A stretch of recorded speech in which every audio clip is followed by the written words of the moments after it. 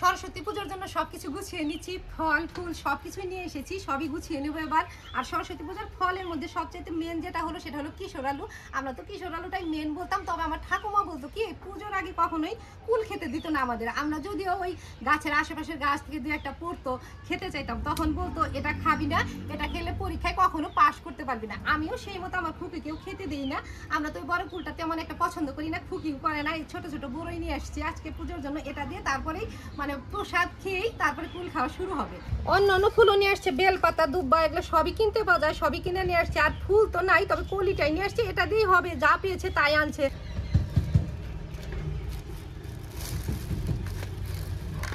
কি মিষ্টি আনছে দেখি। দইটাও এখানে বসিয়ে দিই, কোনো কিছু আর আলাদা করে দিব না, ফলগুলো কেটে দেবো না, ফলগুলো এমন গোটা গোটাই দিব, নিবেদন হওয়ার পরে কেটে কেটে খাওয়া যাবে প্রসাদ। এই তো পূজার প্রসাদ রেডি হয়ে গেছে, এবার ফুলগুলো রেডি করবো। পুজোটা আমরা মূর্তিতে করছি না, এই ছবিতেই আজকে পুজো করবো। যদিও বাজার থেকে সব রকমের ফুল কিনে নিয়ে আসছে, তারপরেও গাছ থেকে দু একটা তুলে দিই।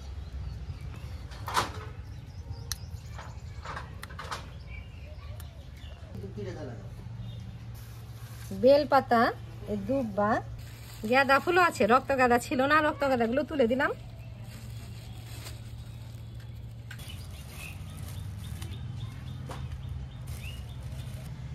পলাশ ফুলটা আলাদা এক সাইডে দিলাম, পলাশ ফুল তো দেখাই যাবে না, পাওয়াই যাবে না, কুড়ি ফুলের বদলে আর কি করা যাবে, যা পাওয়া গেছে তাই। ধূপটিটা ধরিয়ে দেই, একটু ধূপ দিলেই ধরে যাবে। কাঁচা আছে মনে হয় না, কি ওই যে ওগুলা? না, নারকেল ভাঙা হয়েছিল সে কবে। এই হলো আমাদের সরস্বতী পূজার আয়োজন, এবার পুজোটা করে নিই।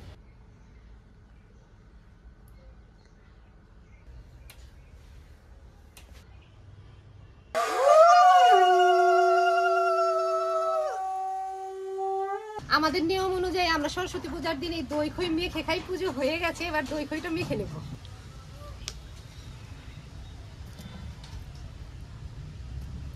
খই তো ধান আছে, বেছে দিই না, আবার বাজবে।